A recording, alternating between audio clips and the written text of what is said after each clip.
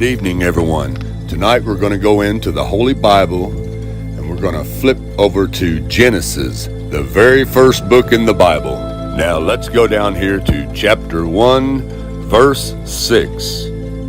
And God said, "Let there be a firmament in the midst of the waters, and let it divide the waters from the waters." And God made the firmament, and divided the waters which were under the firmament from the waters which were above the firmament, and it was so. And God called the firmament heaven. And the evening and the morning were the second day. And God said, "Let the waters under the heaven be gathered together unto one place, and let the dry land appear." And it was so.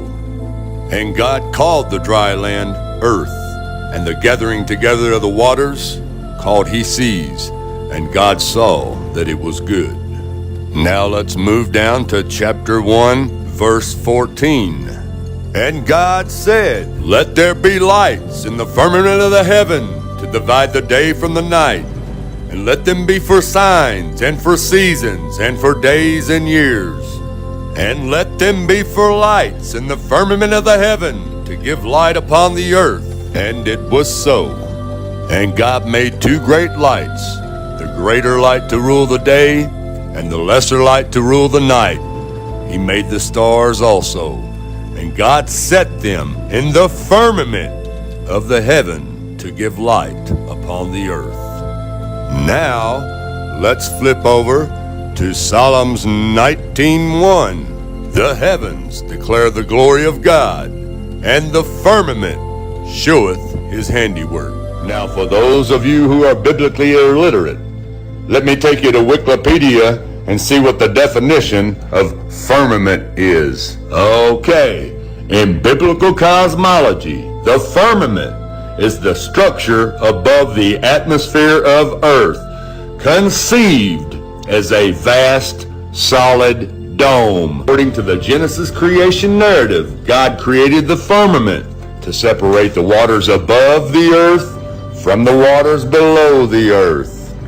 And now that you understand what that means, let's look into the Bible and see what picture that it shows of the firmament and the earth and the heavens. Now, would you look at that there? The waters above the firmament of heaven, the sun, the moon, and the stars underneath the firmament of heaven, the earth, and the ice pillars on the outside. Okay, now let's take a look at the original Hebrew Bible and see what picture it shows. Imagine that. The same thing. The firmament, the sun, the moon, and the stars under the firmament, the earth, and the ice wall. Now those two pictures should look familiar to you. Check it out. Now you understand where this picture comes from. Now, last but not least, let's look at all the pictures of all the ancients and see what they depicted the shape of the earth to be. I'm not going to read them out loud. You guys sit there and take a look at them. Look at each one of them.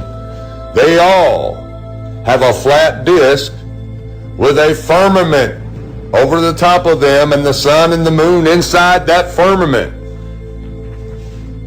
So, as you can see, once again, this is not something new. All of the ancient civilizations knew where we lived, and they depicted it in their artwork, right there for you to see.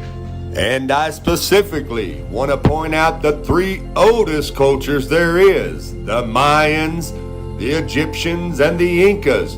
Take a good look at their depiction of the earth.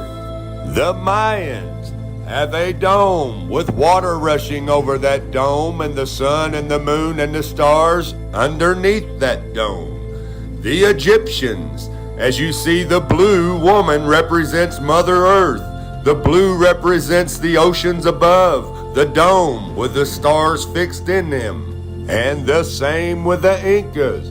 You can see a dome over the flat disk earth with the sun and moon and stars underneath that dome, and they even depict the Sheol, hell, underneath the flat disk of earth. there is only one picture that doesn't line up with all the other depictions of the earth since the beginning of time. And it looks like this right here. Now, like I said, since the beginning of time, all ancient civilizations depicted the same shape, the same picture of what the earth looked like, except for one agency called NASA. And this is where they tell you you live. And there's not one of you watching this video that has ever seen this right here with your own eyes. Ain't none of you ever seen this right here with your own eyes. The only time you ever seen this right here was on the television or in the book that the teacher handed to you. And your teacher that handed you that book, she ain't never seen this with her own eyes either. She taught it to you from the book that was handed down to her. And you walking around here thinking you intelligent and know where you live at. But you ain't never seen it with your own eyes, but you believe it. Now I'm going to leave you with one last little verse from the Bible that goes with this picture right here. Okay, we're going to go to Timothy, book 1, chapter 6, verse 20. O Timothy, keep that which is committed to thy trust, avoiding profane and vain babblings and oppositions of science, falsely so called. Horizon, the sloping sea level, the spin of the earth. Unless you can see these phenomena with your own eyes, they may not be true. Unlike what we've been told in school, the earth looks like a snow globe, round but not sphere. The North Pole is at the center of most flat earth maps, with the ice of Antarctica holding everything in. Well, new this morning, all our lives we've been taught that there's little doubt that the Earth is round, of course. We've seen the images from space, but not everyone's really convinced. There's a whole group of people who are not convinced. Some common themes are the Earth is not a sphere, as you said. It's not moving. We are not spinning on an axis or revolving around anything. And biblical literalists believing the Earth and everything we see when we look up in the sky exists in sort of a dome.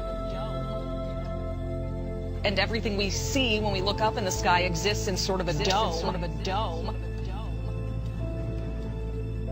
And everything we see when we look up in the sky exists in sort of a dome. Thought for the day, Terry R. Eicher. Everyone, thanks for watching. Have a good night, and God bless.